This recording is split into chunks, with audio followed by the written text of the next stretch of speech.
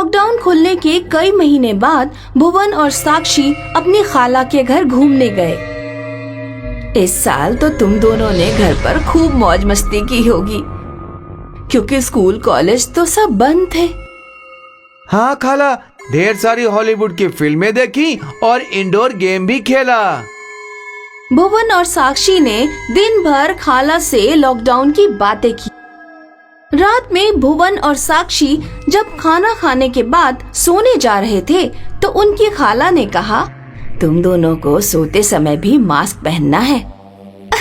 खाला, क्या मजाक कर रही हैं? सोते समय हम मास्क क्यों पहनेंगे? वैसे भी मास्क लगा लगा कर हम थक चुके हैं। लगते जिगर, पिछले कुछ महीनों से गांव में एक चुड़ैल आती है। वो उन लोगों के सर काट कर ले जाती है जो मास्क नहीं पहनते।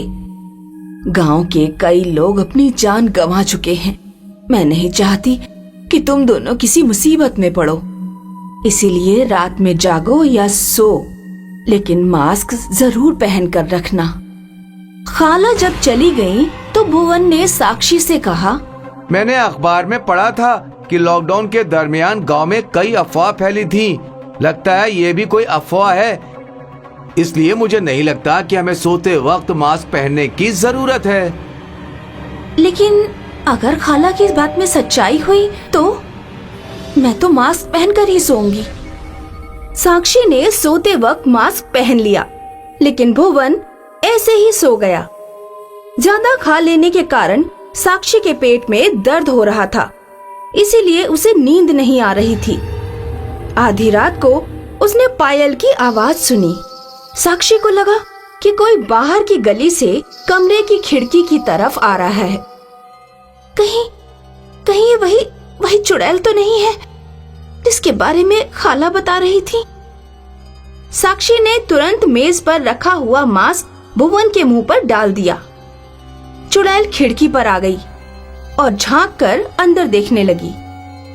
लगता है इस गांव के लोगों ने तमीज सीख ली है। बिना मास्क के कोई नहीं दिख रहा है। चुड़ैल जब चली गई तो साक्षी ने तुरंत उठकर खिड़की पर पर्दा डाला।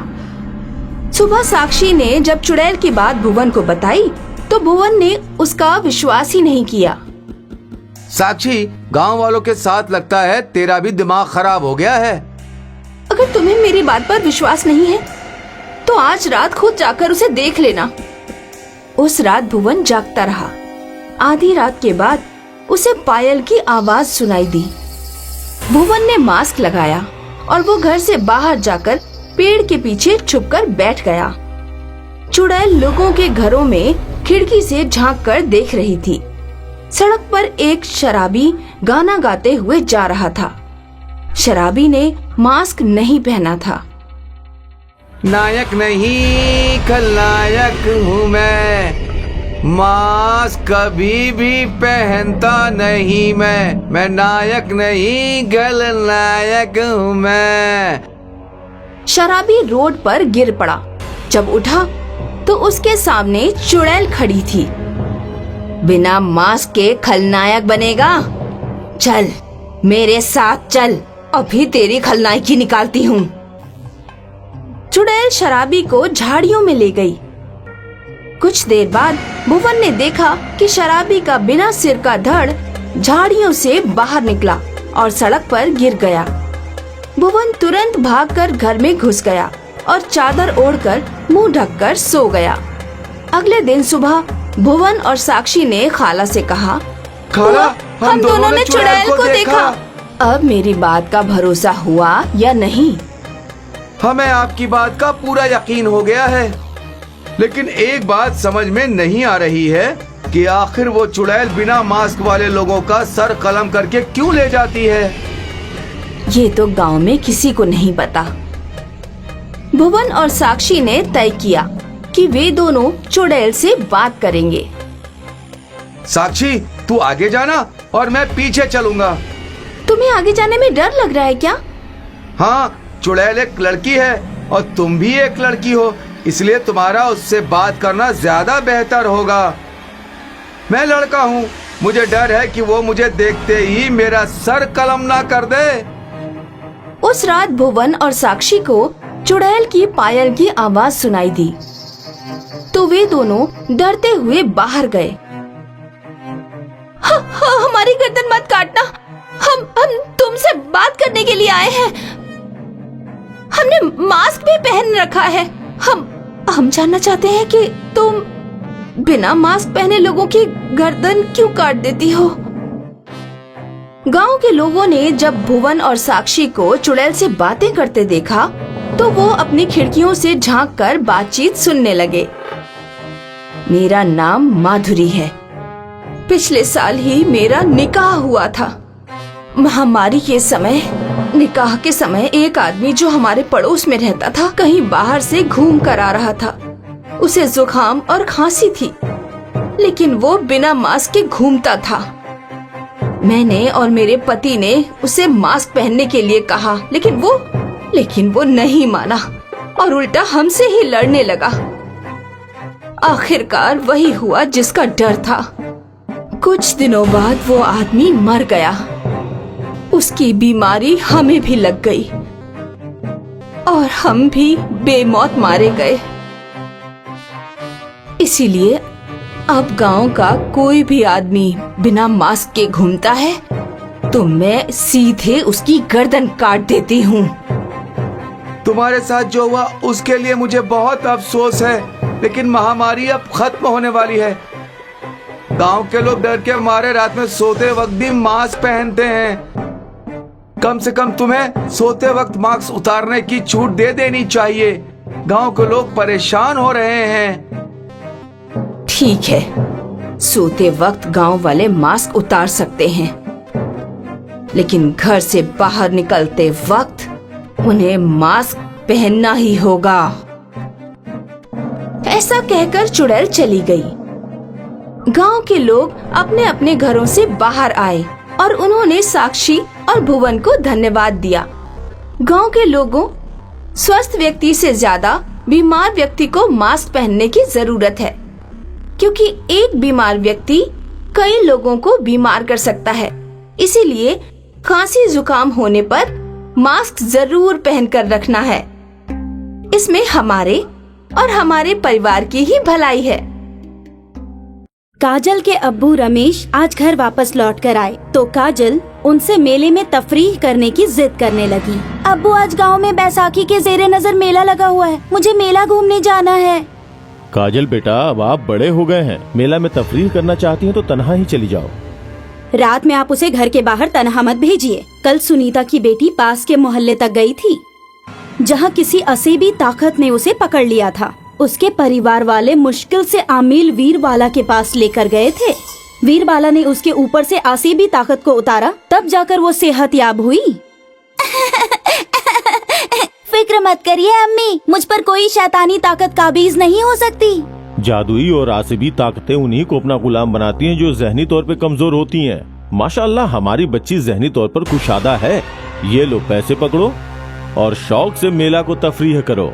काजल मेला घूमने के लिए निकल पड़ी और चाट पकौड़ी की लज्जत का लुफ्त उठाने के बाद जब वो झूला झूल रही थी तो मेले के मैदान के पास थोड़ी दूर पर उसे नकाब की एक दुकान दिखाई दी। खौफनाक शक्ल की नकाब पहन के अम्मी को डराऊंगी, यकीनन मजा आएगा। काजल नकाब की दुकान पर पहुंच गई।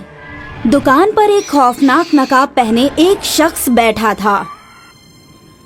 आइए आइए, तशरीफ लाइए। मुखौटों की दुकान पे हम आपका इस्तकबाल करते हैं। यहाँ आपको हर लिहाज का मुखौटा मिलेगा। हंसने वाला मुखौटा, रोने वाला मुखौटा, खौफ ज़दा करने वाला मुखौटा। काजल को दुकान पर अजीब तरह का खौफ महसूस हो रहा था। मुझे बस एक खौफजदा करने वाला नकाब दे दीजिए। काजल ने नकाब लिए और पैसे देकर वापस चल पड़ी। कुछ दूर चले जाने के बाद काजल ने पलटकर देखा, वहाँ कोई दुकान नहीं थी। थोड़ी देर झूला झूलने के बाद काजल घर की तरफ लौटने लगी।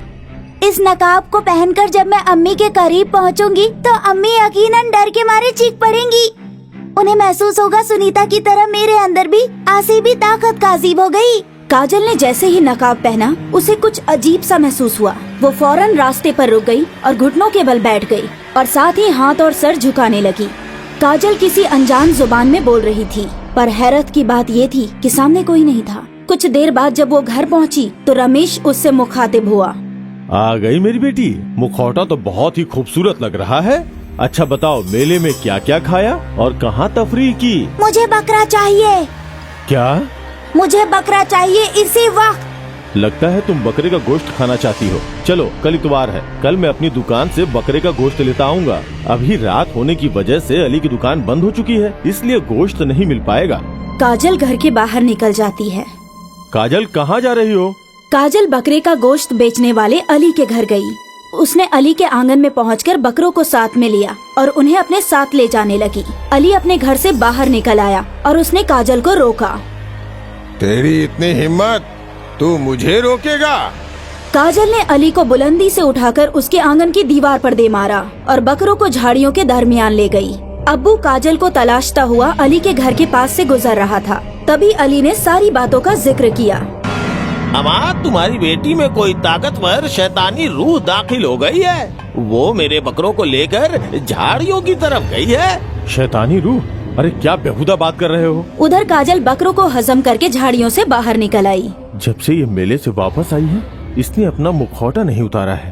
पहले तो इस नकाब को हटाता हूँ, फिर देखता हूँ मसला क्या है। रमेश खामोशी से काजल के पीछे गया और उसने फौरन उसका नकाब निकाल दिया। नकाब चेहरे से हटते ही काजल नॉर्मल हो गई। अब्बू, आप और मैं आखिर क्या कर रहे हैं? मैं तो मेले से वापस आ रही थी। मैंने मेले में चाट, पकौड़ी, लजीज पकवान खाए और एक नकाब भी खरीदा जो अभी आपके हाथ में है। इससे मैं अम्मी को खौफजदा करूंगी। अम्मी को कल डराना, अभी घर चलते हैं। उस रात पूरे परिवार ने साथ में खाना खाया और सोने चले गए। आधी रात को काजल की अम्मी की आंख स्टोर रूम से आने वाले शोर शराबे से खुल गई, जहां से खटर पटर की आवाज आ रही थी। काजल की अम्मी अपने बिस्तर से उठी और स्टोर रूम के पर्दे को हटा दिया। स्टोर रूम के अंदर काजल खड़ी थी और उसके हाथों में एक कुल्हाड़ी थी। अचानक काजल ने कुल्हाड़ी से अपनी अम्मी पर हमला कर दिया। खून चाहिए, मैं खून पीऊंगा, खून। काजल की अम्मी खौफ खाकर कमरे की ओर भागती है और फौरन काजल के अब्बू को जगाती है। काजल रमेश पर भी कुल्हाड़ी से हमला करती है। काजल बेटी, क्या हो गया तुम्हें? खुदा के वास्ते कुल्हाड़ी हटाओ और पुरसुकून हो जाओ। अब्बू के बोलने का काजल पर जरा भी फर्क नहीं पड़ता। काजल की अम्मी और अब्बू घर से निकलकर बाहर की तरफ भागे और घर का दरवाजा बाहर से बंद कर दिया। हालांकि काजल अंदर से दरवाजे पर कुल्हाड़ी मारती रही। मुझे खून चाहिए, मैं खून पीऊंगा, खून चाहिए मुझे। रमेश फौरन दौड़ते हुए आमिल वीरबाला के पास भागा। रमेश ने आमिल साहिब से जिक्र किया कि जब से काजल ने नकाब पहना है वो अजीबोगरीब हरकतें कर रही है और मर्दाना आवाज में खून मांग रही है। तुम्हारी बेटी के अंदर मुखौटे के जरिए खून पीने वाले आसेबी ताकतों का दाखिला हो गया है। उस मुखौटे को फौरन ही हमें उसके चेहरे से हटाना होगा। काजल ने फिलहाल आधा दरवाजा तोड़ ही दिया था। रमेश और आमिल खामोशी के साथ दरवाजे के दाईं और बाईं ओर खड़े हो गए। जैसे ही काजल ने दरवाजे से बाहर कदम रखा, आमिल ने अपनी राख को काजल पर फूंका और रमेश ने उसके चेहरे से नकाब निकालकर फेंक दिया। नकाब के हटते ही काजल के हाथ से कुल्हाड़ी गिर गई और वो अपने होशो हवास गवा बैठी। कुछ देर बाद काजल को होश आया। क्या हुआ था अब्बू? आप लोग इस तरह क्यों बैठे हैं? कुछ नहीं बेटा, बस तुम्हारी तबीयत थोड़ी नासाज थी, लेकिन माशाअल्लाह अब तुम पूरी तरीके से सेहतयाब हो। आमिल उस नकाब को लेकर निकल पड़ा और जाकर उसने एक बड़ा सा गड्ढा खोदा और उस नकाब को उसमें दफन कर दिया। अगर ये नकाब किसी के हाथ लगा तो यकीनन अंजाम बहुत बुरा होगा। एक दिन गांव की एक बच्ची जब नदी पार कपड़े धोने जा रही थी तो राह में उसे रेत में वही नकाब दबा मिला।